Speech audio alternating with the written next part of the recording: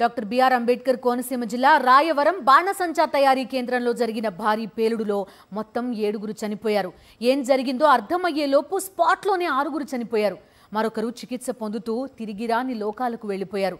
పేలుడు తీవ్రతకు షెడ్ మొత్తం కూలిపోయింది. పలువురి పరిస్థితి విషమంగా ఉంది.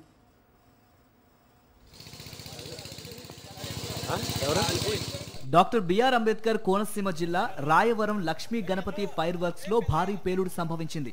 ఈ ప్రమాదంలో స్పాట్లోనే 6గురు చనిపోయారు. షెడ్డు మొత్తం కూలిపోయింది.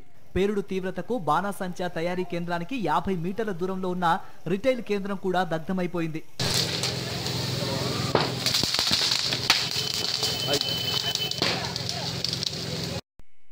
చిచ్చుబుడ్లు తయారీలో భాగంగా మందు నింపుతున్న సమయంలో ప్రమాదం జరిగిందని ప్రాథమిక విచారణలో పోలీసులు తేల్చారు. ఈ బాణాసంచా కేంద్రానికి మార్చి 2026 వరకు అనుమతి ఉంది అని అధికారులు చెబుతున్నారు. అయితే ఈ ఫ్యాక్టరీలో స్కిల్డ్ లేబర్ ఎంతమంది ఉన్నారో అధికారులు చెప్పాలని వైఎస్ఆర్సీపీ నేత మాజీ ఎమ్మెల్యే చిర్ల జగ్గిరెడ్డి డిమాండ్ చేశారు. రాయవరంలో ప్రమాదం జరిగిన ప్రాంతాన్ని పరిశీలించిన ఆయన బాణాసంచా కర్మాగారాల్లో పనిచేసే వారిలో ఎంతమందికి శిక్షణ ఇచ్చారో సంబంధిత శాఖ అధికారులు తెలియజేయాలన్నారు. మృతుల కుటుంబాలను ప్రభుత్వం ఆదుకోవాలని చిర్ల జగ్గిరెడ్డి కోరారు.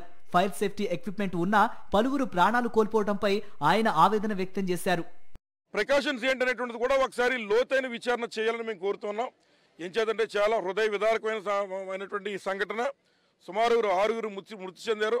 అందరూ కూడా రెక్కాడి తినగానే డొక్కైనటువంటి పరిస్థితులు.